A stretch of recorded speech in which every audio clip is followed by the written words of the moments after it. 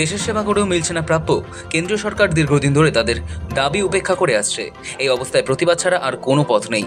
কেন্দ্রীয় সরকারের চাপ বাড়িয়ে এবার যন্তর মন্তরে অনশনে আধা সেনা অবসরপ্রাপ্ত জওয়ানরা। দিল্লির যন্তর মন্তরে আন্দোলনে নামছে আধা সেনার অবসরপ্রাপ্ত জওয়ানরা।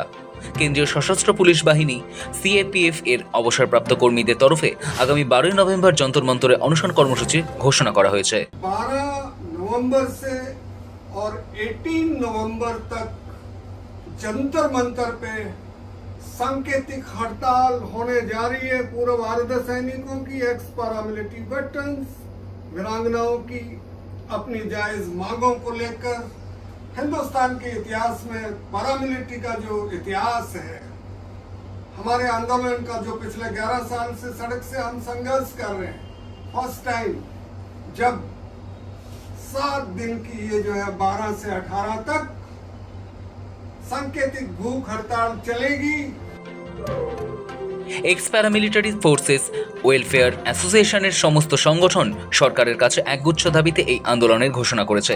জানা গিয়েছে সিএপিএফ অর্থাৎ জেনারেল অ্যাডমিনিস্ট্রেশন আইন 2026-এর বিরুদ্ধে সরব হয়েছে আধা সেনার অবসরপ্রাপ্ত জওয়ানরা।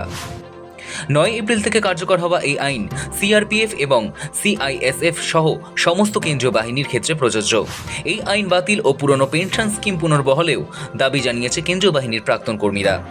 শুধু তাই নয়, ডেপুটেশনে থাকা আইপিএস আধিকারিকদের ক্রমবর্ধমান আধিপত্যের বিরুদ্ধেও সরব হয়েছেন তারা।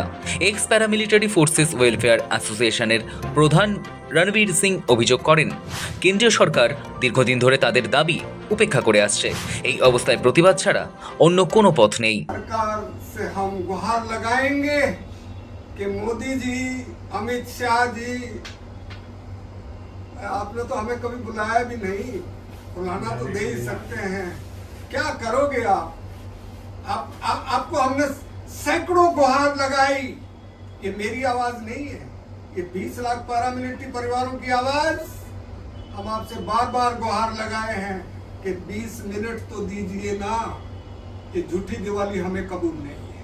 9 এপ্রিল থেকে কার্যকর হওয়া সিএপিএফ আইন অনুযায়ী সিআরপিএফ এবং সিআইপিএফ সহ কেন্দ্রীয় বাহিনী উচ্চপদে আইপিএস আধিকারিকদের নিয়োগ এখন থেকে আইনত স্বীকৃত।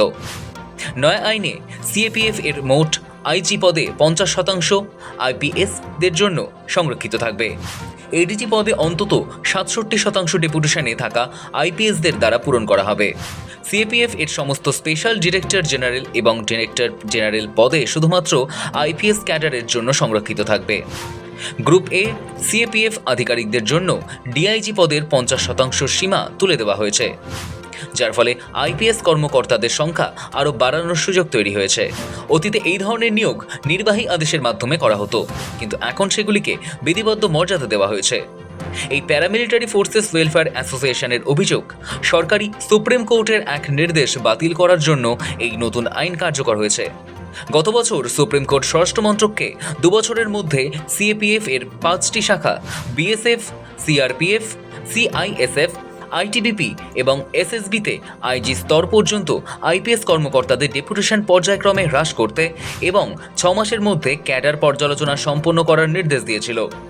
তবে অভিযোগ, আদালতের নির্দেশ কার্য করার পরিবর্তে এই আইন পাশ করেছে, যার মাধ্যমে আধা সেনায় আইপিএস আধিকারিকদের আধিপত্য বাড়বে এবং নিজ ক্যাডারের মধ্যে সিএপিএফ আধিকারিকদের পদোন্নতির পথ রুদ্ধ হবে। जब सरकार काले कानून किसके, किसान के वापिस कर सकती है, माननीय धर्मेंद्र प्रधानमंत्री को हटा सकती है जैन जी की उस पे चलते, तो फिर क्यों नहीं भाई? आप तो सरहदी चौकीदार, हम ही तो हैं जो आपके परिवारों की, बंगलों की, लुटियन जॉन की, संसद से सड़क से सरहदों तक हम तो हैं। हमारे बलबूते पे ही तो आप मॉब कंट्रोल करते हैं। पहला मुद्दा जवानों की पुरानी पेंशन बहाली।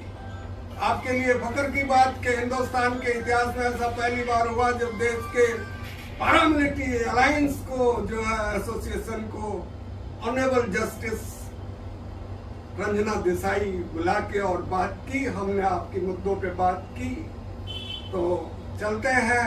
और इस बीच में डिफरेंट स्टेट में, चाहे देहरादून हो, श्रीनगर, शिमला हो, चाहे राजस्थान हो, पंजाब हो, उत्तराखंड हो, रथ जगा किसके थ्रू? प्रेस कॉन्फ्रेंस के थ्रू।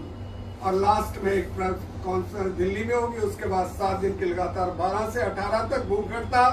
टिकट बुक करवाइए। এরই প্রতিবাদে আন্দোলনে নামছেন আধা সেনার অবসরপ্রাপ্ত জওয়ানরা। কেন্দ্রীয় সরকার দীর্ঘদিন ধরে তাদের দাবি উপেক্ষা করে আসছে। এই অবস্থায় প্রতিবাদ ছাড়া অন্য কোনো পথ নেই।